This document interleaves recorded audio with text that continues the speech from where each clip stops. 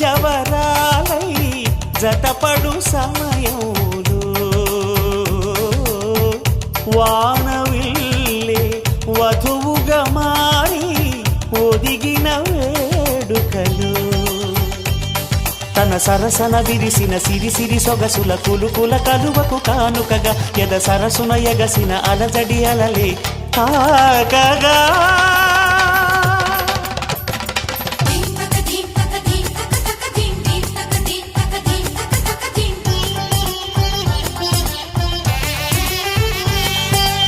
ఆకాశం దిగి వచ్చి మబ్బులతో వెయ్యాలి మన పందిరి